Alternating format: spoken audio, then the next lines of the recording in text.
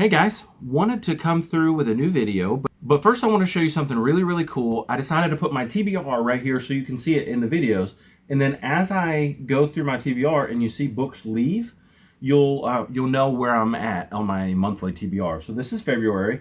Plus I have 3 books on the Kindle. I've got Poppy War, Prince Caspian, and Voyage of the Dawn Treader. So as these books disappear, you know I'm doing well with my TBR. All right, so jumping back in, going to do a review on Ender's Game, which for me, this was a wonderful reread. Read it probably 15, 20 years ago last time. And this is going to be Should You Read, which is always a spoiler-free review, but it's going to be a bit more in-depth and try to hide the spoilers from you, but give you more than just the back cover. Give you some opinions on what I think about it, opinions on some characters, and hopefully you can use these Should You Reads as a good idea on if you'd like to jump into a book. For me, I try to review all kinds of books, but generally lately I've been finding really good books, and that's the case with Ender's Game. I rated this one also 5 stars.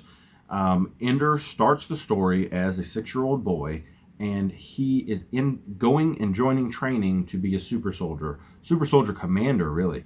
They want the best of the best because Earth is being attacked by the buggers, which are, imagine a colony of ants that are about as big as we are, and they have the hive mind ability to communicate telepathically. And we've fought 2 wars against the buggers, and we're afraid they're coming back. So instead, we have sent ships to their home world, and we're going to preemptively strike and kill them. But we need a capable battle commander who can think faster than the hive mind can. And that's what they're trying to train Ender to do. And so they send him to the battle school. Ender goes into the battle school and learns how to be a commander. So he starts out brand new, and they work hard to isolate him. They make his life hard because they know he has the best chance to be the commander. But they also have all these other kids who they understand will be backups in case Ender can't make it, or if they break him psychologically, which they kind of come pretty close. They may even... I guess the jury's still out on that, but that's not too much of a spoiler. He goes through a lot of stuff. He really goes through it in this book. And then there's a whole series of books, and I've only read this one, and then I've read this one twice now. And through the series of books, I think we kind of go all over the galaxy, and he grows up, and you learn a bunch about him.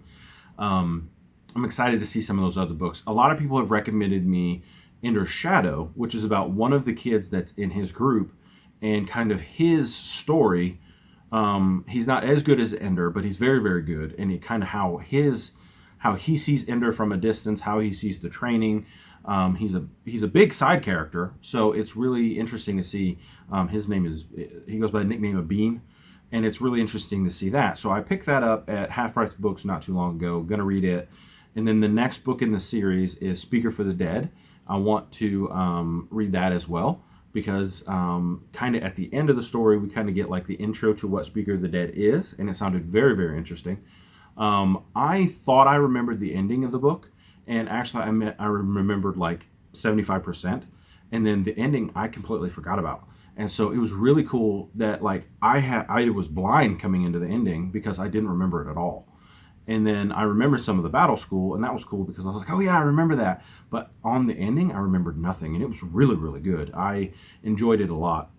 It's interesting to see where he thought our technology would be, and it's pretty close to where we are now, except for, all the spaceships. And because of that, it was really easy for me to look at these scenarios and go, oh yeah, that's totally possible. Oh yeah, that's something I see that we could do. And I really enjoyed the story so much more because I was able to connect with where our technology was and how very quickly we can move into this new level of technology. They, did a few things that's very sci-fi and very futuristic. They did some interesting stuff with like the kids' genes and how they wanted to create the perfect soldier person, which is Ender. And that's, probably a little bit above our technology, or maybe it's above our technology only to the point where we're not willing to make these moral sacrifices that these people were because of the buggers and the threat to humanity, where they envisioned we're willing to do awful things because humanity's at stake. This is no longer just humanitarian, okay, we need to take into effect people's thoughts, lives, all these things. They said, no, there's a threat to humanity, and we have to do whatever we can do to create future life. And so the dynamic in the book was so much more like you would never see the way these children are treated in today's day, because we're not faced with a threat that could end all of humanity. And I think that put another level of drama and tension. Like in Ender, I saw so much of determination, and they isolated him and they put all this stress on him, and he made his life so difficult.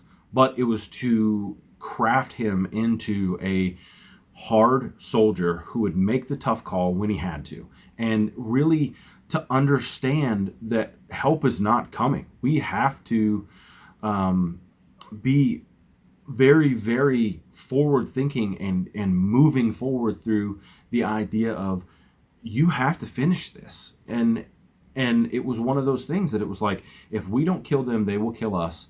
And this is our all-in, chips on the table moment, where we sent all of our spaceships 80 years into space, and we need somebody to teach them. And they only had like 5 years to teach him. So they had to push him through this program and make him the best he could be.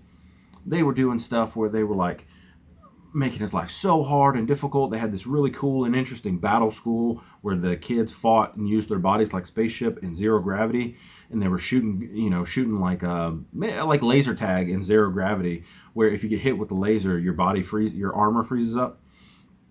And it was just so interesting and cool, where he used this scenario to really interpret what was going on with the dynamics, and oh man, it was just great. I think if you haven't read it, give it a shot. It's not long. I think we're looking around 300 pages, maybe a little bit over that. So you can get through it in a couple weeks at the most, if you're a slow reader, and maybe even a couple days if you're a fast reader. It keeps you interesting the whole time. You really invest in Ender's story. You want him to succeed. You want them to stop being so mean to him, and you want to know what's happening next. They throw some really good wrinkles at you. They hide characters until the very end. I'm not gonna tell you which ones because that'd be a spoiler, and you would never guess if you hadn't read it before. Even though I'd read it before, there were characters that were just coming back in at the end, and I'm like, I thought these guys were gone for good. And so so it's so fantastic. Read it. I think it's one of the best science fiction novels you can read. It's definitely an adult novel, but it's written around children, so we can empathize to when we were kids, and then as you become a parent and an adult, or if you're a teacher, you can really understand how they're really crafting these kids to do these amazing things. They're taking the best of the best and putting them in the worst of the worst situations and trying to create tough kids that can save the fate of humanity. And it's neat to see that, they were choosing children because children are willing to do stuff that adults aren't. Children believe they can do stuff that adults can't. And that is one of the cool things about this book that I love so much. I hope you guys join me for Bookie Club. Dune is starting very, very soon, in the next couple days, as soon as Nikki's ready. I'm ready. I finished Leviathan Wakes. The review for that will be on the channel very, very soon. I have Discord, I have Goodreads, and I have Twitter, linked down in the description. On all those sites, you can find me, and hopefully we can connect. I love talking with people on social media. I love talking about books. I've had so many great book recommendations through Twitter and Goodreads and through the YouTube channel itself. If you've got a great book, I love great sci-fi. I'm trying to read more this year. I've read Ender's Game, I've read Leviathan Wakes, I'm about to read Dune, and I'm about to read The 10th Planet, which is an old sci-fi. I read so much fantasy last year, and I really want to dig into more sci-fi. Really enjoy the sci-fi, want to do some horror, want to do some thrillers, some mysteries. So much good stuff for the channel this year. I'm diving into a ton of books, and hopefully you guys join me on the journey. Subscribe if you can. I post twice a week, Wednesdays and Sundays at 9 a.m. So love to see you, and talk to you later. Bye.